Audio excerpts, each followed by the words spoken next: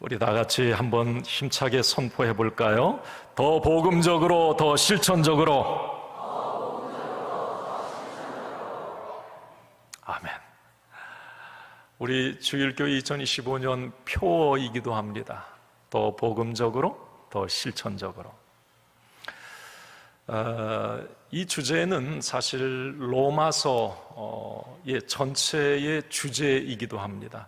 로마서 주제를 16장, 1장에서 16장까지 주제를 한번 정해보라면 더 복음적으로, 더 실천적으로 이렇게 정할 수 있겠습니다. 만약에 로마서 강해를 책으로 만약에 쓴다면 제목을 더 복음적으로, 더 실천적으로 이렇게 정할 것 같습니다. 핵심이기 때문에 그래요. 자, 오늘 이제 로마서 강의 마지막 시간을 맞이했습니다. 좀 서운하기도 하고 시원하기도 하고 사실 작년 6월부터 또 올해 6월부터 한 1년여 가까이 이 로마서 말씀을 이제 매 주일 나눠 왔던 것 같습니다. 좀 긴 시간 우리가 로마서 복음의 어떤 복음, 성경의 반지, 성경이 반지라고 한다면 그 반지의 보석과도 같은 게 이 로마서인데 그 로마서 말씀을 우리가 매주 나누어 왔어요. 개인적으로 참 감사하다는 생각이 들었던 것은 제 개인이 많이 은혜를 받았습니다. 정말 제 개인적으로 이 복음에 대해서 많이 정리가 되고 참 정말 유익한 시간이었어요. 이렇게 깊이 말씀을 전하기 위해서 들여다보지 않았으면 놓쳤을, 목회 끝날 때까지 모르고 지나쳤을 이 복음의 진수를 정말 깊이 알게 되어서 제가 감사하더라고요. 이 로마서를 같이 나눌 수 있어서. 여러분들도 매 주일 이제 로마서 말씀 들어주셔서 감사하고요. 로마서 말씀 듣는 동안에 조금 어렵기도 하고 딱딱하기도 하고 그걸 저는 쉽게 또 풀어서 말씀드리려고 예화도 이게 들고 했는데 어쨌든 참 은혜스러운 시간이 되었을 것 같고 지난주 한 말씀 잊어버리고 지난 시간 1년 로마서 말씀 했다는데 생각이 안 나네? 그래도 가랑비에 옷 젖듯이 이 복음이 여러분들의 영혼에 스며들었을 거예요. 어느 순간에 나도 모르게 이 복음이 입으로 튀어나오고 몸으로 이게 드러날 겁니다. 정말 귀한 시간이었습니다. 로마서 오늘 이제 마지막 시간이니까 또 로마서를 맺는 아주 중요한 결론의 말씀을 좀 이렇게 나눌 텐데 로마서는 복음의 진수에 대해서 우리에게 확실히 말해주고 있어요. 그러니까 제가 깨달은 바예요. 성경 66권의 모든 부분을 이렇게 다 모아가지고 이 로마서를 딱 갖다 거기다 연결해 놓으면 그 로마서는 맨 앞에 이 로마서 때문에 사실 이 복음 때문에 교회가 있고 내가 구원받았고 이 로마서의 복음은 정말 중요하다. 이게 복음의 진수에 대해서 말씀을 하고 있어요. 오늘 강해가 끝나지만 이제 로마서 말씀을 좀 많이 묵상하고 또 읽으셨으면 좋겠어요. 여러분 복음이란 무엇입니까? 자, 이제 우리 로마서 말씀 마치면서 자, 복음이란 뭐예요? 복음은 예수 그리스도입니다. 너무 쉽죠? 복음은 진리는 어렵지 않아요. 그런데 우리가 놓치고 잊고 살아서 문제예요. 자, 복음은 예수 그리스도예요. 그분을 통해서 일어났던 십자가와 부활의 사건, 이게 복음인 거예요. 자, 그러면 그 복음이 왜 우리에게 능력인가? 그 복음은 그 예수 그리스도의 십자가와 부활의 복음은 그 예수 그리스도는 우리에게 구원과 영생과 천국을 가져다 주었습니다. 복음 이외에, 예수 이외에 우리는 구원받을 수 없고 천국 갈 수 없습니다. 복음 이외에 우리는 의인이 될 수가 없고 하나님의 자녀가 될 수가 없어요. 하나님이 자녀로, 우리를 의인으로 구원의 길, 영생의 길, 천국의 길, 유일한 한 길을 만들어 놓았는데 그게 예수 그리스도입니다. 그분을 믿음으로 말미암아 구원을 얻었느니라 그래요. 로마서는 이 부분에 대해서 계속 말씀을 하고 있었어요. 그리고 로마서 후반부에 12장부터는 그 복음을 가진 나, 구원받은 나는 어떻게 살아야 되는가, 더 실천적으로 그 삶의 문제, 사회에서, 교회 안에서, 또 이웃과의 관계에서 어떻게 복음의 증인으로 살아야 되는가, 이 부분을 말씀으로 나누었습니다. 자, 오늘 이제 로마서 16장 마지막 장, 이제 한 장을 오늘 강의하고 마치도록 하겠습니다. 오늘 로마서 16장은 로마에 있는 성도들에게 사도 바울이, 로마서의 기록자인 사도 바울이 그 로마 교회 성도들, 그 성도들을 만난 사람도 있고 이 바울이 안 만난 사람도 있어요. 그냥 얘기만 들은 사람, 그분들의 이름을 한 사람 한 사람 거론하면서 문안 인사를 하는 내용으로 마무리가 됩니다. 그리고 뒷부분은 이제 바울의 목회적 동역자 그분들을 로마 교회에 소개하는 장면이 나와요. 어쨌든 16장의 핵심은 문안 인사예요. 그래서 16장은 이 내용을 보면 상당히 좀 감동적이고 이 바울의 어떤 감사의 고백들이 거기에 다 묻어 있고요. 한 사람 한 사람 이름을 거론할 때 따뜻한 별명을 갖다 붙여주고 있고, 감동적인 그런 장면, 바울의 어떤 인간적인 그 모습을 16장을 통해 우리는 볼 수가 있습니다. 오늘 16장에 바울의 문안 인사에 소개되는 사람들의 이름은 약 26명 정도 됩니다. 세지 마세요. 지금 세다가 예배 다 마치니까. 26명 정도 되는데 가족 단위 또 공동체까지 포함하면 약 30여 명의 어떤 인물들이 소개가 되고 있습니다.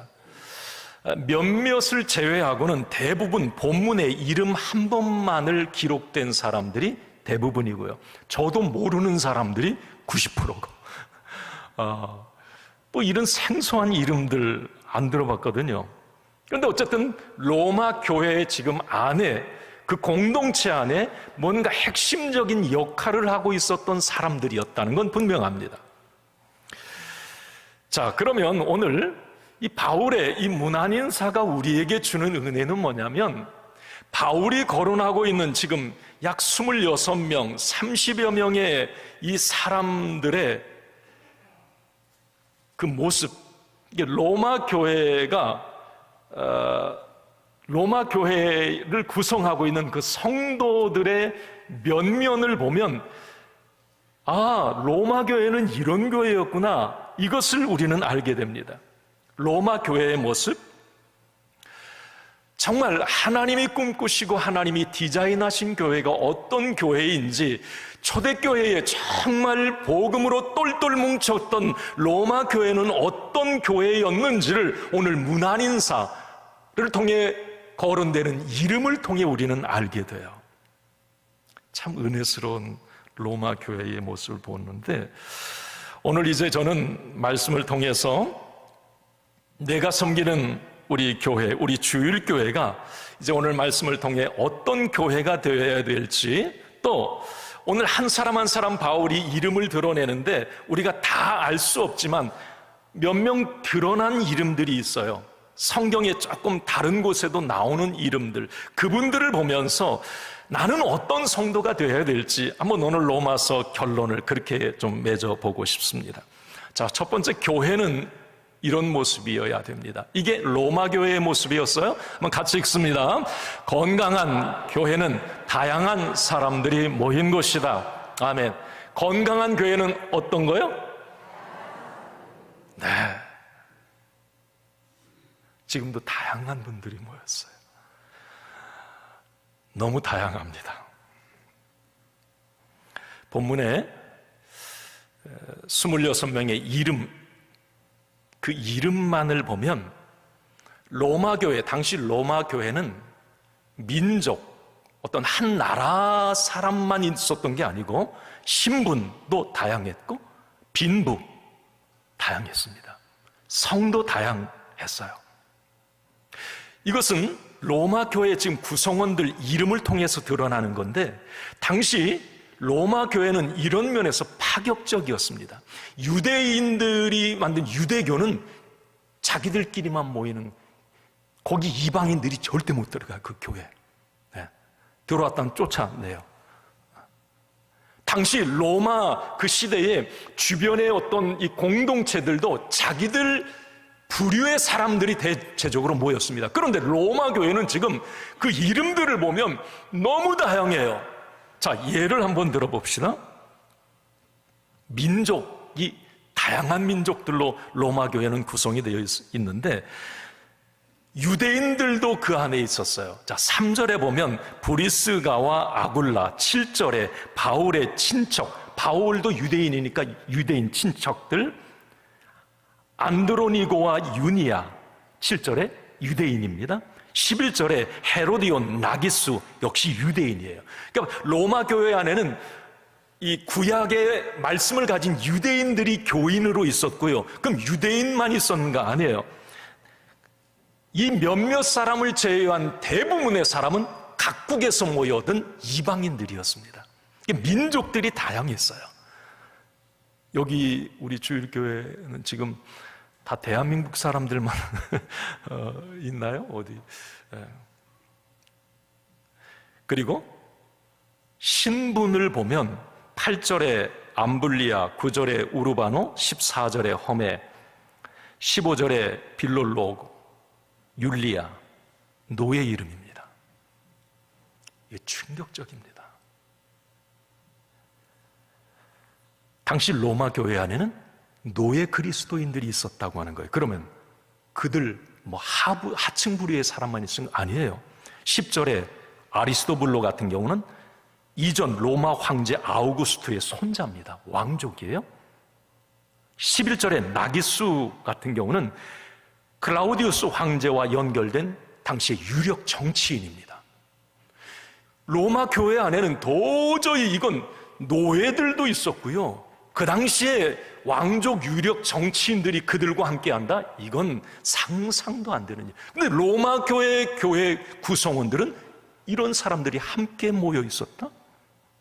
여러분, 성을 봅시다. 그러니까 남자, 여자. 여기 오늘 26명 가운데 여성이 9명이나 됩니다. 3분의 1이에요. 베베, 브리스가, 마리아, 유니아, 두루베나, 두루보사, 버시, 루포의 어머니, 율리아, 네레오와 그의 자매, 이 여성들입니다. 그 이름이 버젓이 여기 문안인사에 등장을 하고 있어요. 이건 뭘 말하느냐면 당시에 로마 교회 안에는 여성들도 적극적으로 교회 사역에 참여하고 있었다는 것을 말해줍니다. 여러분, 이게 파격적이고 새로운 공동체라고 하는 것을 우리가 무엇을 통해 알게 되느냐면, 여성들이 교회 안에서, 지금은 대부분 교회에 여성들이 비율이 더 많아요. 그런데 이 당시의 문화로서는 여성들이 뭔가 어떤 공동체 모임에서 활동을 하고 앞서서 리더를 한다? 상상이 안 됐던 거예요. 특히 여러분, 우리가 유대인들 문화 한번 보세요. 여기 죄송합니다만 여자분들에게 죄송해요. 그런데 이 시대의 문화가 그랬어요. 뭐냐면 유대인 남자들은 하루 3번 기도할 때 아침에 맨 먼저 아침 기도회 때 교회에 자기 회당에 가서 기도할 때 기도했던 것 가운데 하나가 내가 여자로 태어나지 않은 것 감사합니다. 이 기도를 했어요. 죄송해요. 요즘에 그랬다가는 이게 뒤지게 맞죠. 그런데 그 당시 문화, 그 당시 로마 사회도 마찬가지였어요. 여러분, 유대인들 같은 경우는 숫자 쓸 때 여자도 숫자로 세지도 않고요. 무슨 가족 이름 할 때 여자 이름은 빼버렸어요. 그런데 오늘 바울의 이 문안인사에 처음 등장하는 사람도 여자예요.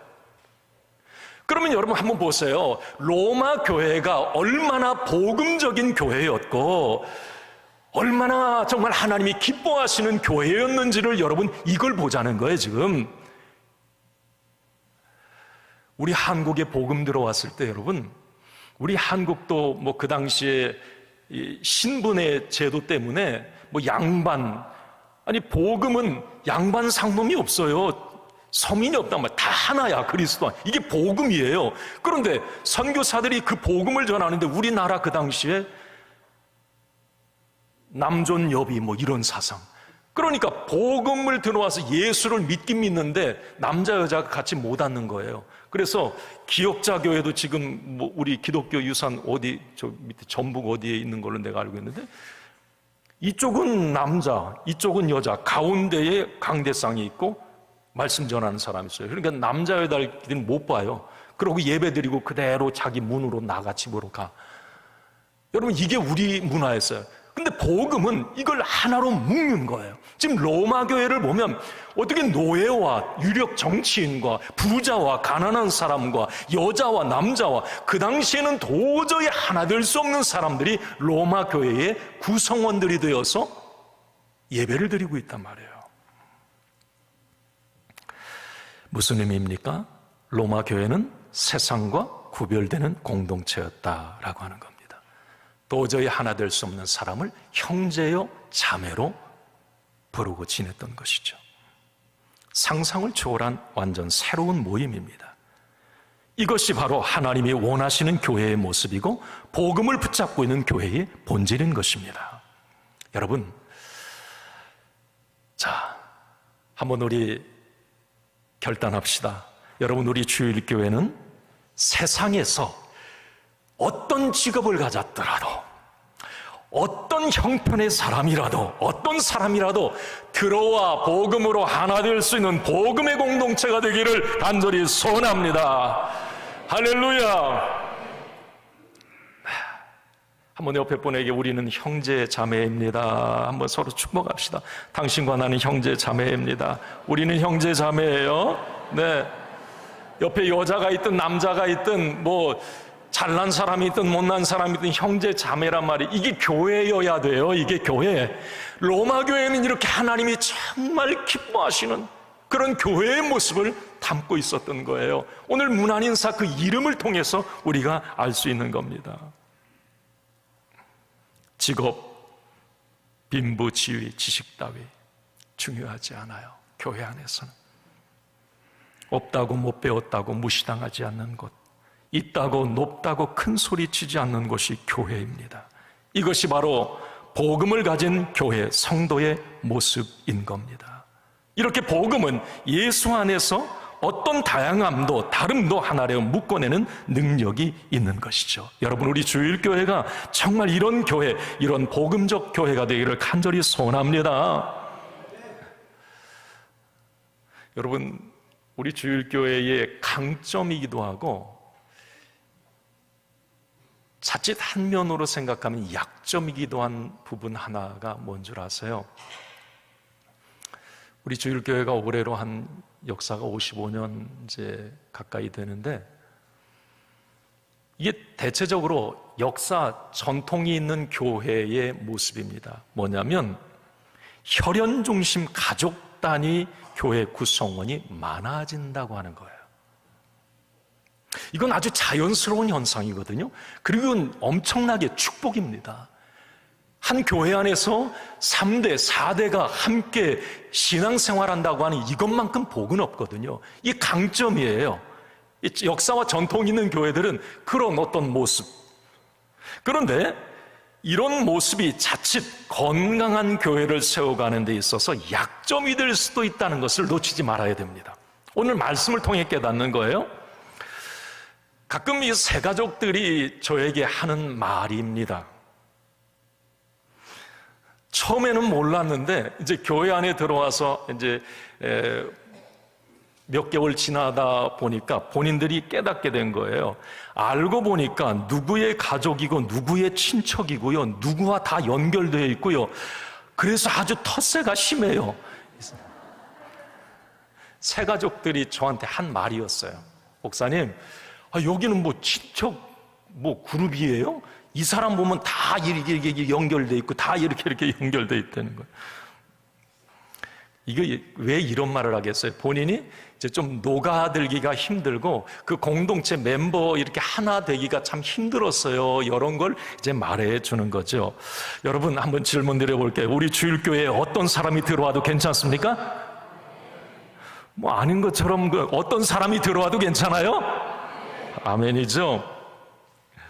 새 가족이 들어오면 여러분 그런 만 갖지 마세요. 저 인간 또 뭐야 얼마나 있다 가려나? 하는 건 내 마음에 안 들어. 우리하고는 안 맞아. 여러분 적어도 복음적인 교회라면 그렇게 해서는 안 됩니다.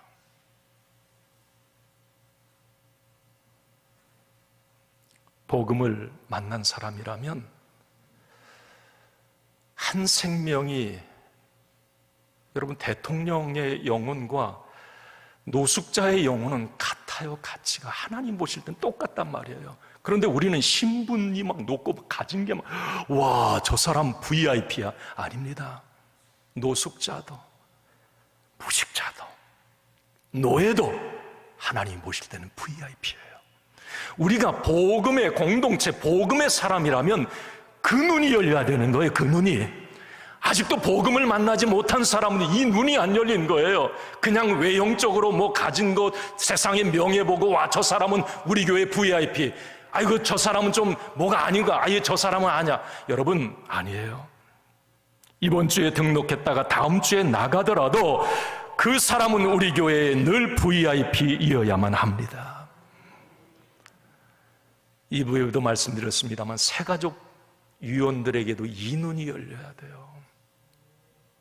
누가 들어와도 어떤 행색을 했더라도 어떤 이력을 가졌더라도 우리 주님이 오실 때 정말 귀한 한 영혼이 오셨네.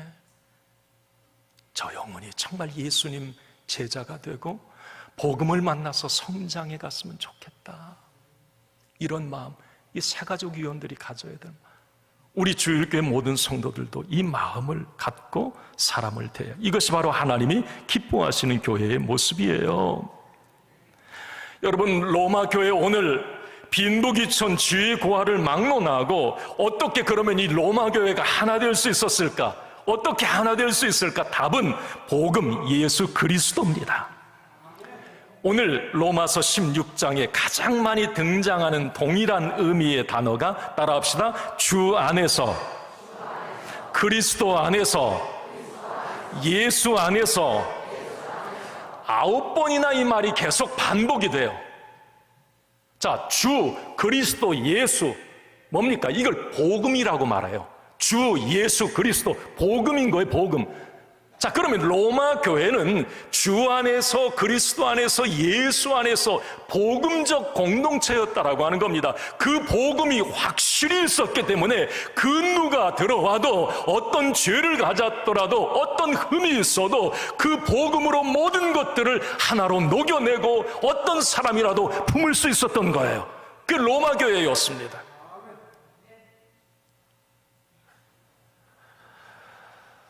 여러분, 교회에 언제 갈등과 분열이 일어나는 줄 아세요? 왜 교회가 시끄러운 줄 아십니까? 복음이 약해질 때예요. 주 안에서, 그리스도 안에서, 예수 안에서라고 하는 이 복음이 약해지면 반드시 갈등이 일어나고 시끄러워집니다. 만약에 여러분, 이 로마 교회가 철저한 복음 중심의 교회가 아니었다면 그들은 절대 하나 될 수 없었어요. 확실한 복음이 그 로마 교회를 장악하고 있었기 때문에 다양한 그들을 한 공동체로 묶을 수가 있었습니다. 여러분, 복음을 만난 그리스도인들 어떤 사람들입니까? 내가 복음을 가졌다. 나는 어떤 사람이 되어야 됩니까? 그것은 하나 되게 하는 사람이 복음을 가진 사람이에요. 자기가 복음을 경험했으면 절대 여러분 무언가를 깨고 분열할 수가 없습니다. 복음은 그렇게 역사가 되지 않아요. 도저히 내 마음과 생각이 그렇게 움직이지 않습니다. 내가 복음을 가졌다, 복음적 믿음을 가졌다, 그러면 자꾸 하나님과 사람을 연결시켜요. 누구를 만나도 저 사람을 어떻게 하나님과 연결시킬까 이 고민을 하는 거예요. 교회 안에서 믿음 생활하면서도 믿음이 약하고 뭔가 불안한 사람, 저 사람을 어떻게 하나님과 연결시킬까, 이게 복음의 사람이에요. 사람과 사람을 연결하고 위대한 연결자, 축복의 통로, 로마교회 성도들은 그런 마음이었던 거예요.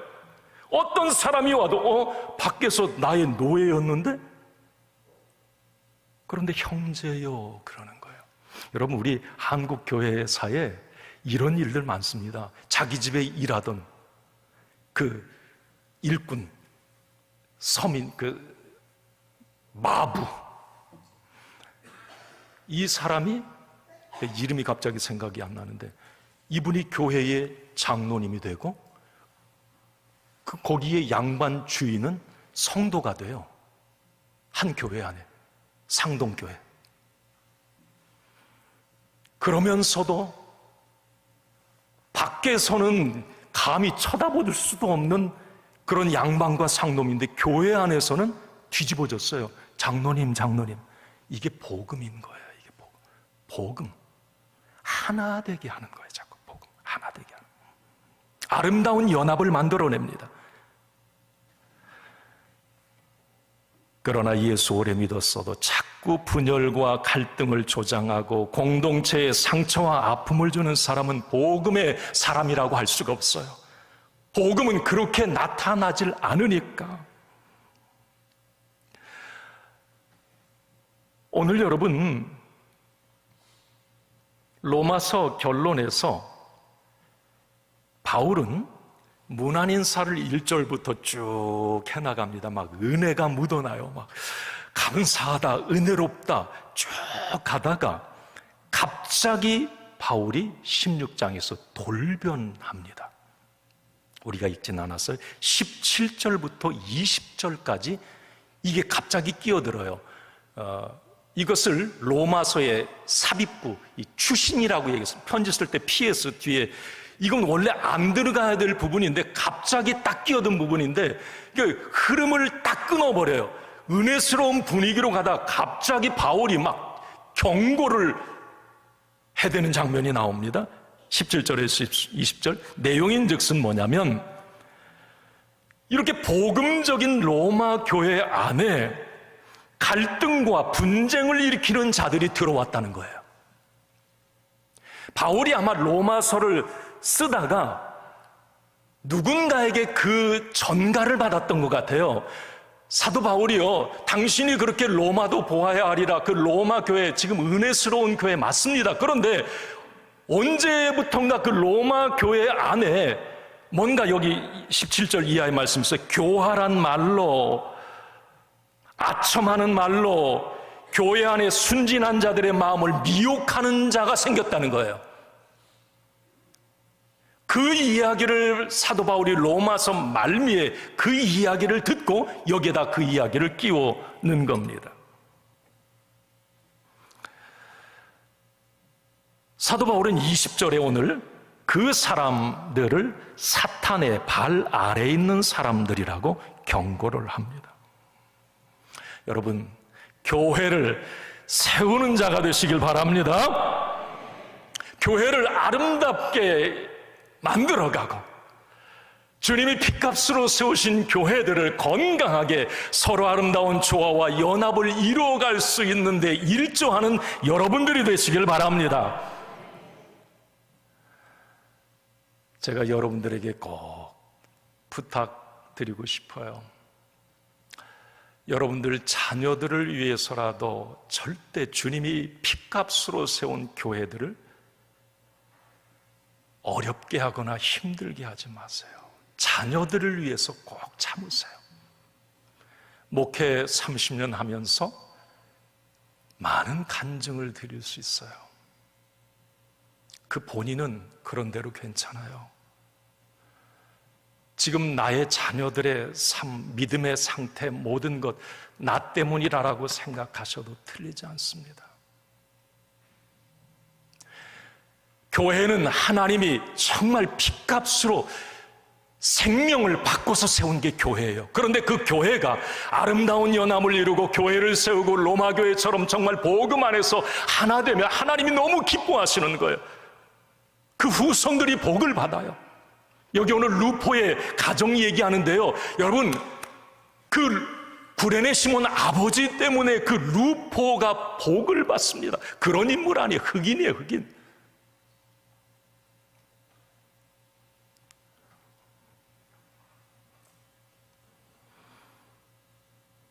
어쨌든 교회는 세상의 기준과 가치를 뛰어넘는 곳이어야 되고, 주 그리스도 예수 안에서 다양한 사람들을 품고 녹여낼 수 있는 복음의 용광로 같은 것이 되어야 된다라는 것을 여러분 절대 잊지 마시기 바랍니다. 이게 로마 교회였어요. 그러니까 우리가 이 16장의 바울의 이 문안 인사를 그냥 이렇게 지나쳐 버릴 수가 없는 거예요. 모든 성경 주석학자들이 지금 저와 똑같은 얘기를 합니다. 야, 로마 교회 그런 교회였구나. 그래서 하나님이 복음의 거점으로 쓰셨구나. 그래서 로마 교회를 통해서 위대한 후손들이 일어났구나.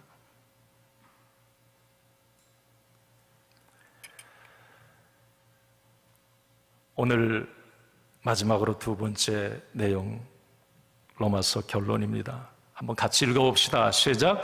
위대한 병신도 너 아름다운 사람아. 오늘 16장에 등장하는 이름 26명 99%가 평신도입니다. 그러니까 선교사나 사도나 목회자가 아니라는 말이에요. 특별한 사람들이 아닙니다. 그냥 이름도 빚도 없이 살다 갈 그런 사람들이었어요. 그런데 어떻게 이 바울이 그 사람들의 이름을 하나님 앞과 로마 교회 앞에서 드러내서 그들을 추천하고 그들을 칭찬하고 격려했는지, 만약에 그렇지 않았으면 이 26명은 모두 다 그냥 사라져갈 무명의 평신도들이었어요. 바울이 그들을 지금 로마 교회 성도들한테 그들을 추천하고 있는 수식어를 보면 참 은혜스럽습니다. 나의 보호자, 나의 동역자, 자기 목이라도 내어놓은 자, 처음 익은 열매, 나와 함께 갇힌 자, 내 사랑하는 자, 그리스도 안에 인정함을 받은 자, 주 안에서 많이 수고한 자, 내 어머니, 나의 친척, 나와 온 교회를 돌보아주는 자, 이름 한 사람 한 사람을 거론하면서 바울은 이 별명을 갖다 붙여줍니다. 저는 이 부분을 보면서 참 무명으로 사라져갈 이분들 정말 하나님 앞에 보석과 같은 사람들이었겠다. 그 한 로마 교회에 그 어렵고 힘든 시기에 예수 믿는다고 드러낼 수도 없는 그 시기에 그 공동체 안에 정말 숨은 보화와 같은 사람들이 있었구나. 바울은 그 사람의 별명들을 하나하나 붙여줘요. 야, 저 별명 중에 한두 개라도 내가 참 갖고 죽는다면 이건 영광이겠다, 이런 생각도 갖습니다. 제가 오늘 꼭 알아야 될 인물 두 사람만 좀 잠깐 언급하고 이제 말씀을 마칠 텐데요. 잘 들어보세요, 여러분. 이 첫 번째 1절에 처음 등장하는 이름이 누구냐? 1절에 한번 같이 봅시다. 1절 시작. 내가 겐그리아 교회의 일꾼으로 있는 우리 자매 베베를 너희에게 추천하노니. 누구예요? 베베예요. 베. 앞뒤가 똑같아요. 안 잊어버릴 것 같죠? 바울이 가장 문안 인사에 처음으로 언급된 사람은 여자입니다. 큰 의미가 있어요. 아까 말씀드렸듯이 여성을 맨 앞에, 그 다음도 여자예요. 자, 그럼 바울은 베베를 처음으로 언급했을까? 가장 중요한 건 여러분, 지금 이 로마서 편지를 로마에 전달한 사람이 베베입니다. 이건 잊지 마셔야 돼요. 요즘처럼 여러분 로마서 16장 요즘 종이가 있는 이 시대에 로마서 16장 쓰면 돌돌 말아가지고 주머니에 넣어갖고 가면 돼요. 그런데 이 당시에 여러분 이 정도 16장의 분량은 파피루스나 가죽에 썼단 말이에요. 이거 하면 이건 남자가 지금 고린도에서 이 로마서 쓰고 있는데 고린도에서 저기 로마까지 이거 가져가면 남자가 해야 될 일이에요, 이거. 그런데 지금 사도 바울은 베베 여자에게 이 일을 맡깁니다. 이건 뭘 의미하느냐면 그만큼 베베는 바울의 동역자였고 바울이 신뢰하는 사람이었고 바울이 의지하는 사람, 믿을 만한 사람이었다라고 하는 것을 알게 됩니다. 너무 중요한 이 편지를 다른 사람 아니었어요. 베베. 여러분 잊지 마세요. 바울이 이 베베를 소개할 때 우리 자매 1절에 우리 자매 베베 그랬어요. 그냥 자매 베베, 우리 자매, 이것은 내 친동생이라는 표현을 쓸 때 이 단어를 씁니다. 1절에 일꾼이라는 단어를 베베에 갖다 붙여놔요. 여러분 일꾼, NIV 성경에 보면 여성 집사를 얘기합니다.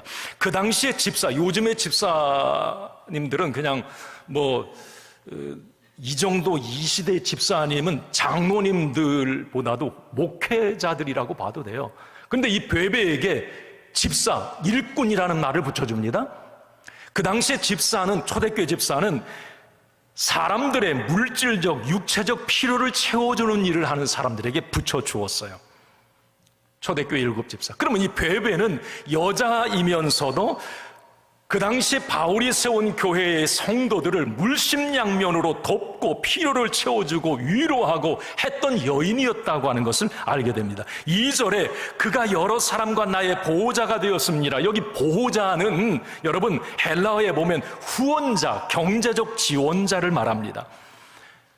그래서 이 베베를 이 성경학자들은 그런 얘기를 해요. 당시 여성 사업가, 재력을 가진 사람, 이렇게 봅니다. 이게 물질적으로 바울의 후원자였고 여러 교회의 그 당시 그리스도인들은 어렵게 살았어요. 그 사람들을 물질적으로 많이 도왔던 사람이 베베였습니다. 오죽하면 바울이 로마서 편지를 그에게 들려보냈을까? 그 정도로 여성이었지만 정말 하나님의 마음을 시원하게 해드리는 여성 리더가 이 베베였습니다. 자, 여기 오늘 우리 여성 여러분 오늘 베베를 보면서 주여 나에게도 이 베베의 은혜를 주시옵소서. 제가 목회하면서 이 베베와 같은 진짜 여인들 생각나는 사람들 손에 꼽을 정도 있어요. 한 손에 꼽아 5명 정도. 근데 말씀 준비하면서 목회 30년 동안 여장부처럼 정말 하나님 마음 시원하게, 야, 어떻게 저렇게 할 수 있을까? 이런 분들을 만났었습니다. 그런 분들 때문에 교회의 위기가 극복이 되고 그런 분들 때문에 교회가 건강하게 부흥되는 그런 모멘텀, 그분들이 있었어요. 그 자리에. 여성이라고 깜보면 절대 안 됩니다. 저는 베베처럼 정말 주님이 가장 필요한 곳에 부름을 받는 사람, 지도자라면 누구에게라도 마음 놓고 추천할 수 있는 사람, 교회 안에서 남몰래 봉사하고 후원자 노릇을 하는 숨은 손, 이게 베베입니다. 마지막으로 브리스길라와 아굴라, 브리스가와 아굴라 그랬는데 여러분 3절 4절 한번 읽습니다. 3절 4절 읽습니다. 시작. 너희는 그리스도 예수 안에서 나의 동역자들인 브리스가와 아굴라에게 문안하라. 그들은 내 목숨을 위하여 자기들의 목까지도 내놓았나니 나뿐 아니라 이방인들의 모든 교회도 그들에게 감사하느니라. 아멘. 여기 브리스가라고 하는 것은 사도행전에는 브리스길라로 되어 있어요. 브리스가, 브리스길라 같은 말이 여자입니다. 이 브리스길라와 아굴라는 부부예요. 그런데 항상 바울은 브리스길라를 먼저 언급합니다. 그만큼 여성이었지만 그 남편 아굴라보다도 더 영적 파워를 가지고 교회를 도왔던 사람이 이 브리스가였다고 하는 사실을.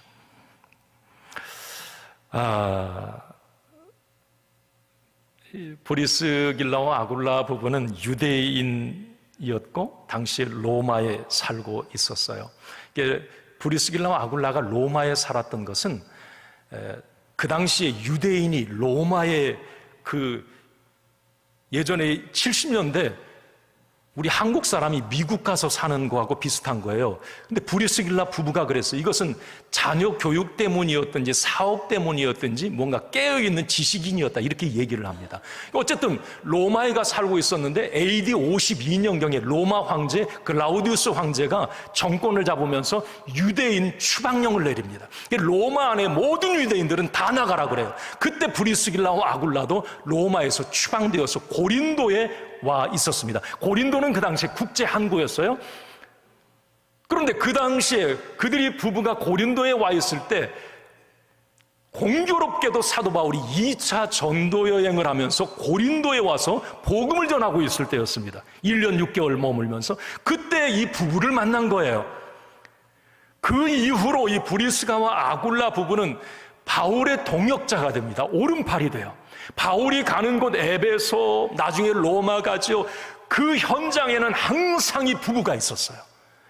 여러분, 바울이 천막 고치는 만드는 직업을 가지고 있었잖아요.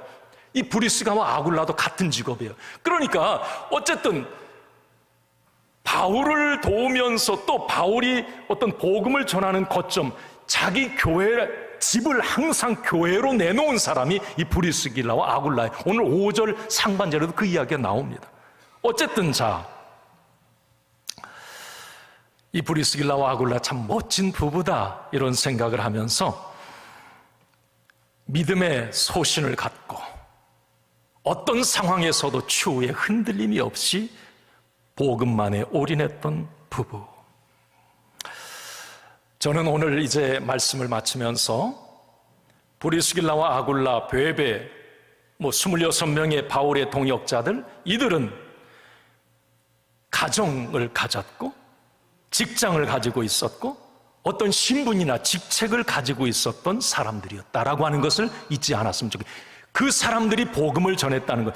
특별한 사람이 복음을 전한 게 아니라 로마 교회는 그냥 일반 평신도들이 전도하고 복음력 사역 감당하고 말씀 전하고 막 이런 일들을 평신도들이 다 했다는 거예요. 자기 직장과 일터에서. 제가 이런 생각이 들어요. 여러분, 목회자가 전도를 잘할까요? 아니면 평신도들이 전도를 잘할까요? 네. 평신도들이 수십 배 잘합니다. 목사라고 가서 복음 전하면 당신 목사니까 그런 말 하지 그래요. 평신도들은 같은 평신도이기 때문에 말을 잘 듣습니다.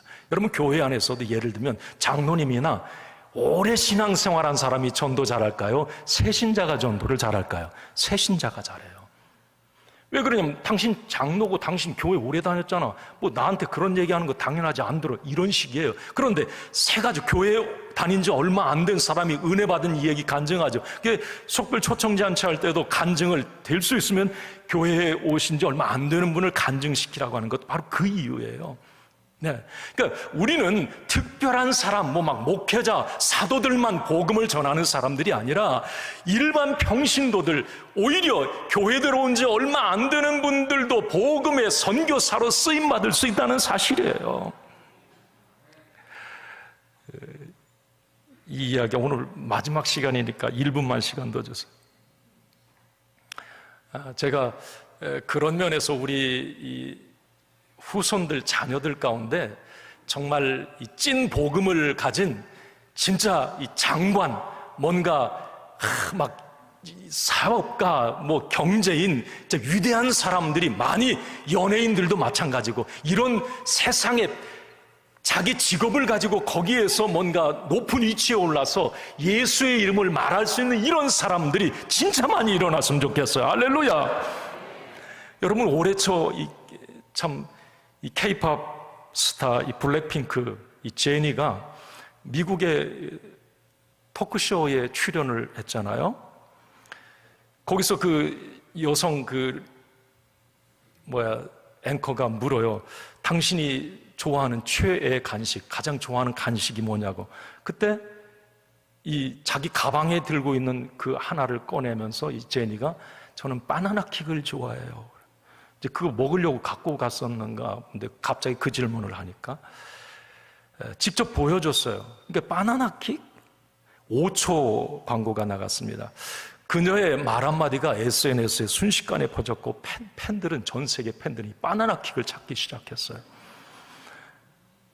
그 바나나 킥뿐만 아니라 농심의 그 고래밥, 뭐 새우깡, 이것도 품귀 현상이 일어나서 올해 초에 있었던 일이에요. 여러분 4일 만에 농심 회사에다 벌어다 준 돈이 2,640억입니다. 이게 제니가 5초 동안 나와가지고 그냥 저 바나나 킥 좋아해요, 이 이야기가, 아니 농심회사에 2,640억 원을 갖다 벌어다 줬다니까 주가가 4일 만에 그렇게 확 뛰어 올라버린 거예요. 여러분, 나는 그런 생각을 했던 거예요. 내 직업을 가지고 어떤 위치에서, 예를 들면 만약에 이 제니가, 블랙비건 제니가 그런 얘기를 했으면 어떨까? 저는 예수님이 가장 좋아요. 아니, 말 한마디 속에 예수라는 말, 어떤 뭐 그런 이야기가 한마디 툭 튀어나왔으면 전 세계 젊은이들이 어떠했을까? 여러분, 수천 명의 목회자, 수백 명의 선교사보다 그 영향력 있는 일반 자기 자리에, 삶의 자리에 있던 그 리더 한 사람이 말한 그 복음은 엄청난 파급력이 있다는 거예요, 여러분. 오늘 로마교회 성도들을 보면서 그걸 알게 돼요. 특별한 사람만 복음 전하는 게 아니에요. 오늘 바울이 자기의 복음의 비전을 이렇게 밝히면서 마칩니다. 우리 25절, 27절을 저는 이제 성경 끝절인데 현대어 성경으로 읽고 마치려고 합니다. 25절, 26절, 27절은 로마서 16장 끝절입니다. 이게 바울의 복음 비전이고 우리의 복음 비전이 되었으면 좋겠어요. 읽습니다. 시작. 하나님은 내가 전하는 기쁜 소식과 예수 그리스도에 관해서 선포된 말씀으로 여러분을 믿음에 굳게 세우실 수 있습니다. 그 기쁜 소식은 오랜 세월 동안 감추어져 있었던 비밀이었습니다만 이제는 영원하신 하나님의 명령으로 예언자들의 글을 통해 계시되고 알려져서 모든 민족이 믿고 순종하게 되었습니다. 이처럼 지혜로운 유익하신 하나님 예수 그리스도를 통해 이리영 기도합니다. 아멘. 기도합시다.